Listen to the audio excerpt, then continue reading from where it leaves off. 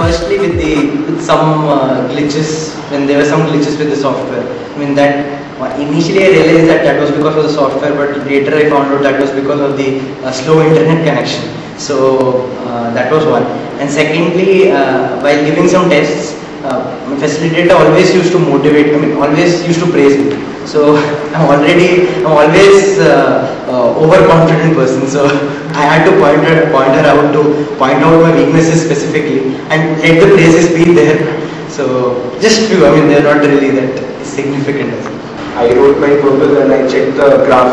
And I always wondered that I was either peaking too early or peaked too fast, and my graph started falling at the most crucial point. So I wanted the 800 mark to be reached and be constant there. So that was what I was aiming for all the time, and I always fell short or fell a little heavy, and that was what was irritating me a little. I learned to smoothen it out.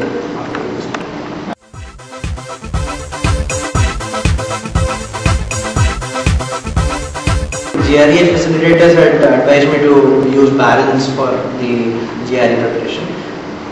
Balance preparation, then GRE, and I bought a Kaplan course book on GRE. So that's all I used, and then practice test, PowerPoint practice test, GRE and Balance practice.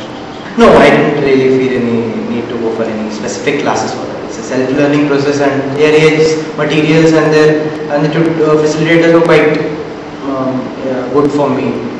My idea of doing for the GRE, my seniors advised me then and there to go through the papers daily. But just even a year before actually I wrote my GRE, so in summer 2008, newspapers, editorials, frontline into.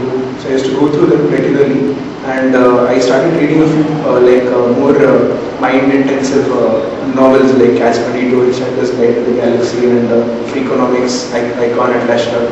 So all those helped me in improving my comprehension, because as far as I'm concerned, nothing helps your comprehension as reading a book that trains your mind to think in the right direction. Of course, as he pointed out, Norman Lewis was my starting point. Then I progressed on to Balance, the word is in Balance, and for AWA, I referred to a book called Tim Avon's, the analytical as well as analytical writing. So all these will contribute to it.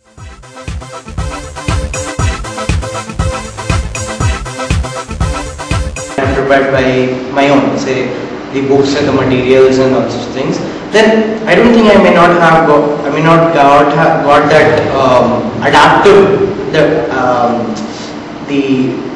adaptive nature of the test. I would not have got suited to the adaptive nature of the test. But I got the words, I would have got the meanings, antonyms, analogies, all that is okay. But then GRE specifically helped me in training for the adaptive part of the GRE tests. Major contribution of GRE tests.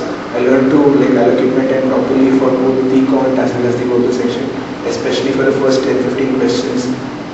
Being careful with the first 5 or 10, at the same time not wasting too much time, and seeing that you run out of time for the last questions. So basically proper allocation, seeing that my graph peaks at the right time, that was the main thing.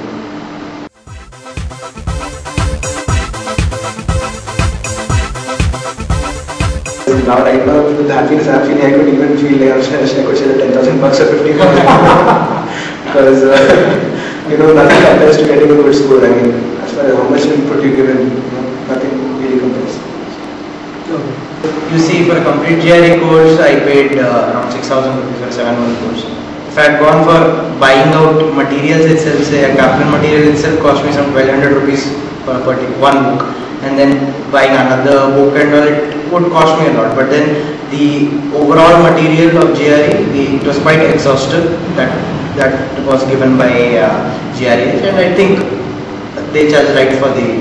Considering the output that I got, with the input that I gave in 1,600, 1,700 odd bucks for the fast track global program, and I feel that was discount for me because considering what happened and the tests and the output, the score was definitely a win-win situation.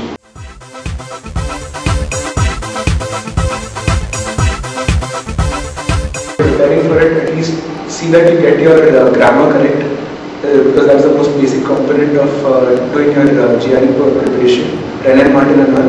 And of course then in the later sections you should start reading intensively over a period of time and see that you don't leave too much of vocabulary to the end, because it's not a last minute kind of play when it comes to the verbal section.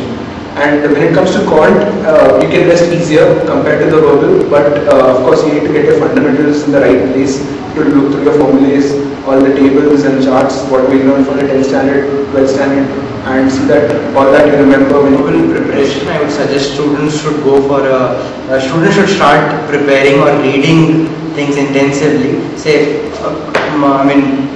continuously. Like for example, reading newspapers, reading novels. So if a person is planned for a GRE, say 2 years or 1 year hence, he should start reading novels and specifically newspapers, because that helps in reading comprehension sections as well as the vocabulary part of it. Towards the end of it, towards say 6 months to go, during that period they should start looking into different materials from GRE or from Barron's properly, and then start concentrating on that. And then the main aspect of the preparation which I learned from GRE, the most important, was the revision part. So once, even if the words are over, because they are like, even a Barron's word list has some 3,500 words, it's very important to revise them and go through them again and again. So I feel that the revision part should be given a lot of time, at least a month or two should be given specifically for the revision. As far as quant goes, definitely the student should first of all find out what all are his weak areas, do intensive practice into that, and then make them strong. And then, because at least 800 quant should not go anywhere for us, for Indians.